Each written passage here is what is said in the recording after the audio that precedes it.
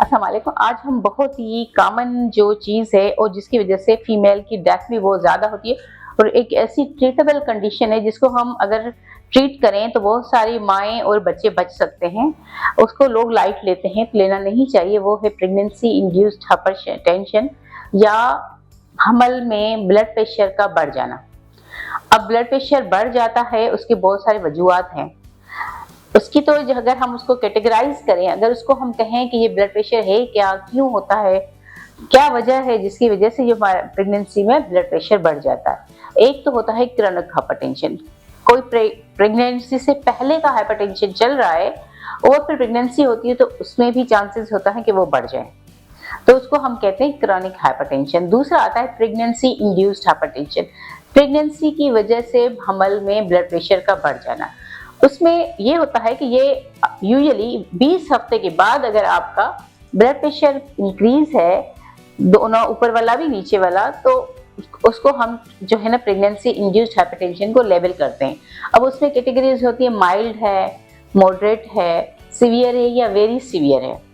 उसकी रीजन क्या है? वो होता इसलिए है कि उसमें जो अवल नाल है उसके अंदर से लेयरिंग हो रही होती है, उसमें एक शेड बन रहे होते हैं, जो जैसे कि किसी जमीन में अगर कोई बंदा बीज बोता है, उसमें पहले एक थोड़ा सा उसकी लहरें बनती हैं, वो अंदर से उसको करती हैं कि वो पौधा बढ़े।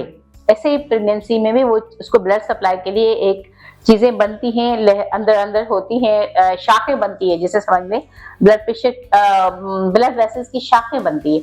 वो शाखें जब पहले बच्चा जो छोटा होता है उसको सरवाइव करने के लिए जरूरी होती है, मगर जैसे जैसे बच्चा बढ़ता है उसकी रिक्वायरमेंट बढ़ती है तो सेकंड लेयर बनती है जिसमें शाखें और ज्यादा बच्चेदानी में इम्बीड हो जाती हैं या और ज्यादा बड़ी बड़ी शाखें बनती है।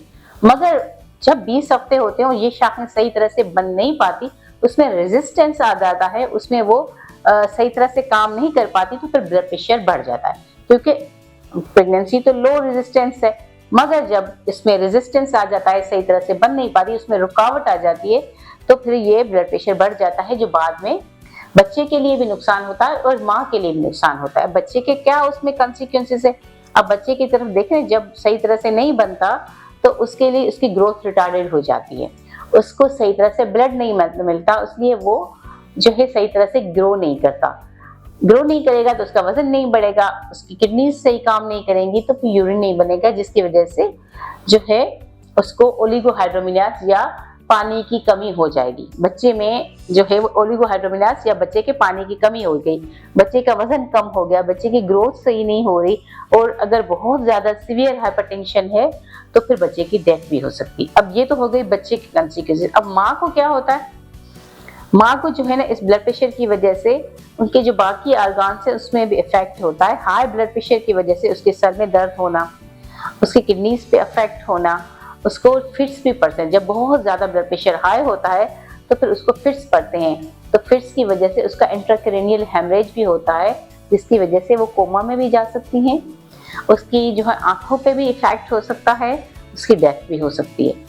तो ब्लड प्रेशर की वजह से अगर बहुत ज्यादा है तो ब्लीडिंग भी होती है, क्योंकि जब किसी चीज का प्रेशर वेसल्स पे ज्यादा होगा तो वो अंदर फट जाएंगे, और फटने की वजह से फिर अंदर, जिसको हम अपनी जुबान में अब्रक्शो बोलते हैं, अंदर से वो अवलनाल की जो रगें हैं वो फट के ब्लड हो जाता है। ब्लड फिर जो है अंदर जमा भी होता है और बाहर भी निकलता है, जिसकी वजह से बच्चे को तो डेथ होती है, मगर माँ की जो यूट्रस है उसके लिए भी बहुत खतरा होता है। कभी कभी अगर अनट्रीटेबल हो जाए तो फिर उसको हम जो है वो बच्चेदानी भी हमें निकालनी पड़ती है। मगर सबसे जो खतरनाक कंडीशन है वो है ब्लड प्रेशर के बढ़ जाने के साथ उसको फिट्स होना, जिसको हम कहते हैं इक्लेम्शिया या प्रीक्लेम्शिया। उसमें हमने इमीडिएटली बच्चे को निकालना होता है, क्योंकि उसी हार्मोन्स की वजह से ही जो है ये ब्लड प्रेशर बढ़ा हुआ है। तो माँ और बच्चे को हम इसको कैसे प्रिवेंट कर सकते हैं, इसको कैसे रोक सकते हैं? देखिए, रोकने का तो कोई ऐसा तरीका नहीं, उसके कुछ फैक्टर्स हैं, जैसे किसी की फैमिलीज में चल रही है या किसी का कंजेनाइटली ऐसा है, और किसी के जो हार्मोन्स प्रेगनेंसी की वजह से तो वो ब्लड प्रेशर बढ़ा हुआ है, मगर हम उसको कंट्रोल अब टैबलेट से कर सकते हैं, अपनी डाइट से कर सकते हैं, अपनी लाइफ स्टाइल से कर सकते हैं।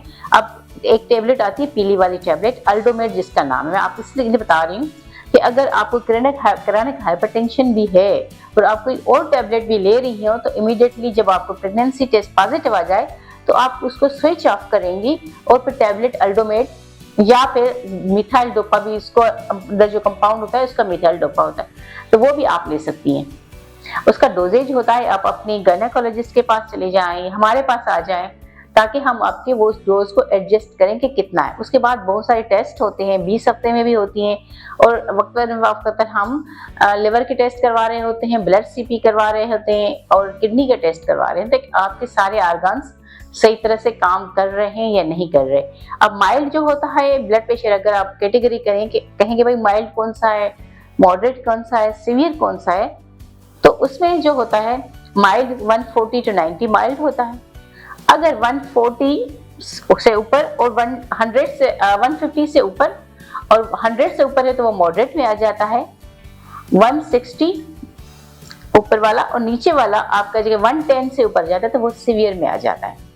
फिर हमें डोज एडजस्ट करना पड़ता है। डोज हम 4 दफा भी टैबलेट दे सकते हैं, 2 दफा भी दे सकते हैं, और एक दिन का एक डोज तो कोई है ही नहीं। बहुत सारे लोग क्या करते हैं कि एक टैबलेट ले रहे हैं, एक टैबलेट कोई डोज ही नहीं है, आपको एटलीस्ट सुबह शाम टैबलेट लेनी होती है। उसमें हम फिर यूरिन का टेस्ट करवाते हैं, देखें उसमें प्रोटीन तो नहीं आ रहा। उस प्रोटीन की वजह से हमें पता चलता है कि ये प्रीक्लैम्सिया की तरफ जा रही है और ये अभी फिट्स का इसको जैसे कि इनिशिएट हो रहा है। तो ये बहुत ही है, तो कॉमन लोगों को पता भी है कि भाई ब्लड प्रेशर की वजह से मसले हो सकते हैं, रगें फट सकती हैं, कुछ मसला हो सकता है, मगर लोग ध्यान नहीं देते, इस बात को लाइट लेते हैं। कोई बात नहीं, ब्लड प्रेशर चल रहा है, कोई मसला नहीं है। नहीं, मसला है, क्योंकि आप 2 जिंदगियों का सवाल है इसमें, बच्चे का भी और माँ का भी। क्योंकि माँ अगर सफर करेगी तो फिर उसके दूसरी फैमिली भी सफर करेगी। तो ब्लड प्रेशर को आप इतना लाइट ना लें। अगर किसी को कोई इश्यू है, कोई एडवाइस लेनी है, आपका कंट्रोल नहीं है ब्लड प्रेशर, तो आप हमारे पास आए Monday, Thursday, Saturday 6 to 8 Altamash general hospital.